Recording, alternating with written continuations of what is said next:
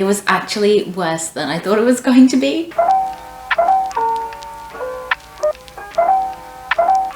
Hello, so today is July the 15th. It is the day when the new adaptation of Persuasion starring Dakota Johnson drops onto Netflix. Incredible that they knew about Jane Austen July and knew to drop the film in that month. Someone at Netflix has clearly done their homework. So I thought I would just do a little impromptu review, get my thoughts right after I've seen the film. I haven't seen the film yet. I'm about to sit down with my dinner and watch it. So when the trailer dropped a few weeks ago, I think the Jane Austen fans of the internet were obviously outraged. This film seems to have taken the character of Emma and put her inside the story of Persuasion, while also adding Fleabag into it because that's fashionable. So right off from the trailer, you can tell that this is not going to be a good adaptation of the book of Persuasion. Anne Elliot would never look at the camera, wink to camera, make witty remarks at the camera. That's just not her character. So for me, I'm just gonna completely remove the book out of the equation. I'm going to try and go into this to enjoy it for what it is. What I can glean from the trailer is that it's leaning more towards perhaps the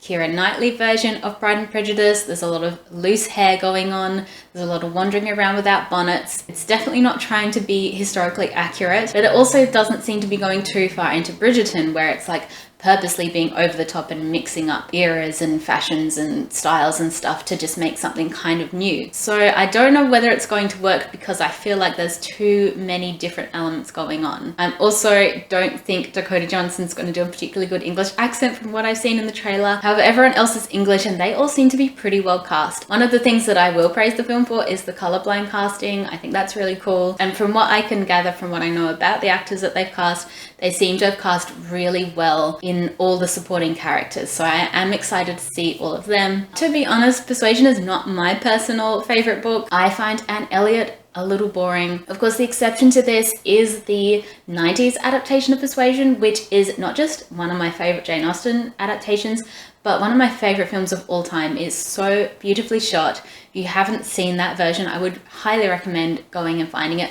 I actually watched it on YouTube, so it might still be there. If it is, I will link it in the description below. In that adaptation, I felt like they were really faithful to the book, but there's something about being able to see an actor's face doing all this internal work, but still understanding what she's going through in her head that worked really well for me and actually made Anne a lot more sympathetic and interesting to me than she was in the book. I'm hoping this will be a fun film to watch anyway, and regardless, it's so exciting when a new Jane Austen adaptation comes out. As popular as Jane Austen is, we actually don't get that many adaptations of her works compared to people who are fans of Marvel comics. You know, they get billions of new films every single year.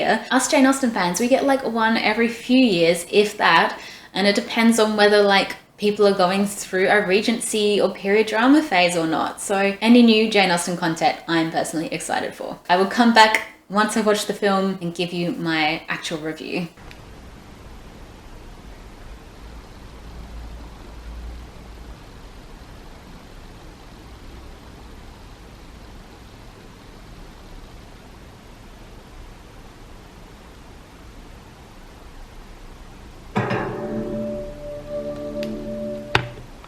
Okay, so I have finished the film. I don't even know where to start. It was actually worse than I thought it was going to be. Firstly, Dakota Johnson's accent, that was as bad as I thought it was going to be. I think she tried her best. I think it's the fault of the people who cast her. It's not fair on an actor if they simply can't do an accent. And I think she was miscast even for this new version of Anne that they were going for, weirdly. They're trying to make her this awkward but in a charming way person who trips over all the time and accidentally spills wine on her head at one point. I just didn't believe Dakota Johnson in this role. I didn't believe in her as this klutz. I didn't think she was landing the jokes very well. And then Cosmo Jarvis playing Frederick Wentworth, he was terrible. He was so miscast. He had no charm, no charisma, and he had no chemistry with Dakota Johnson at all. And that's literally what this story hinges on.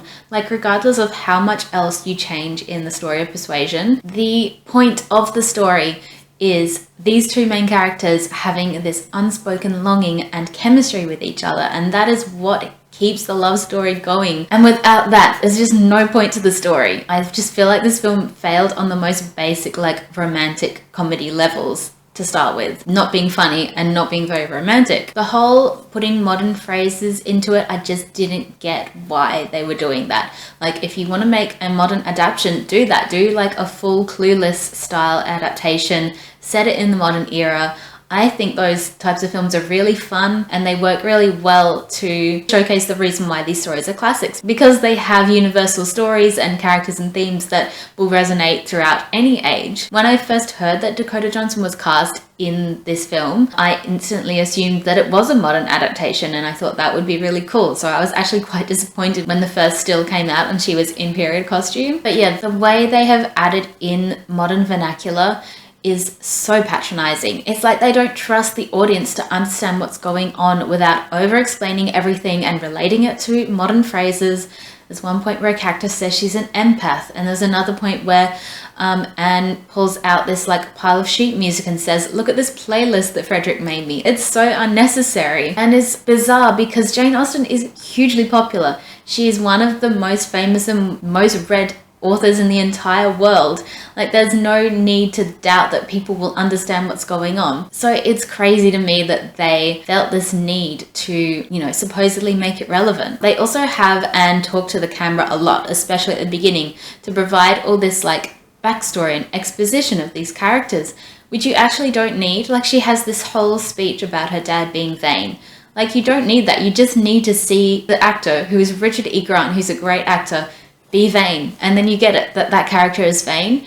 It was such a bizarre choice because the whole point of watching a film is that we're seeing these actors act out the characters, and through their acting we understand who the characters are. To have her verbally explain everything was such a boring choice. Back to the way they characterized Anne, she's become this really mean person. She's like an alcoholic basically. They sort of make fun of the way she's like always drinking and like has a hangover in the morning. It's such a like wine mum thing of like glamorizing loving wine but being sad. Like I find it very old-fashioned and very childish really. And you can tell that the people who wrote this film think they're appealing to young people when they're really not. But yeah, I guess I could kind of understand her meanness if we were just hearing her inner monologues talking to the camera. And Elliot's a really quiet, softly spoken character in the book. So you could imagine that she's thinking all these mean things about her family who are really horrible to her. But she's like visibly mean to them as well. And it's actually quite uncomfortable to watch. They really reduced the surrounding characters to stereotypes, I felt as well. To the point that in the end, it was just such a farce. Like I couldn't take this film seriously.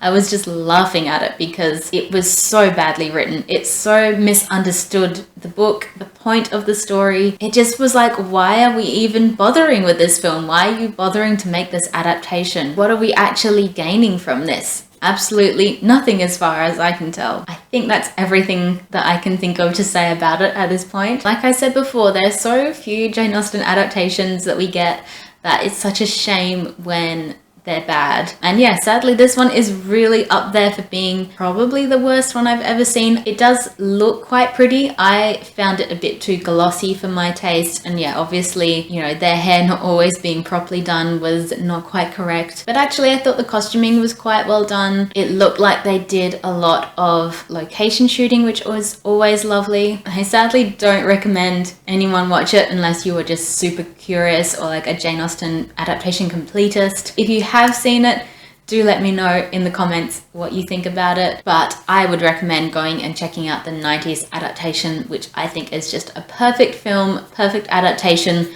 No need for anyone to make another one. So thanks for watching, and I will see you soon. Bye.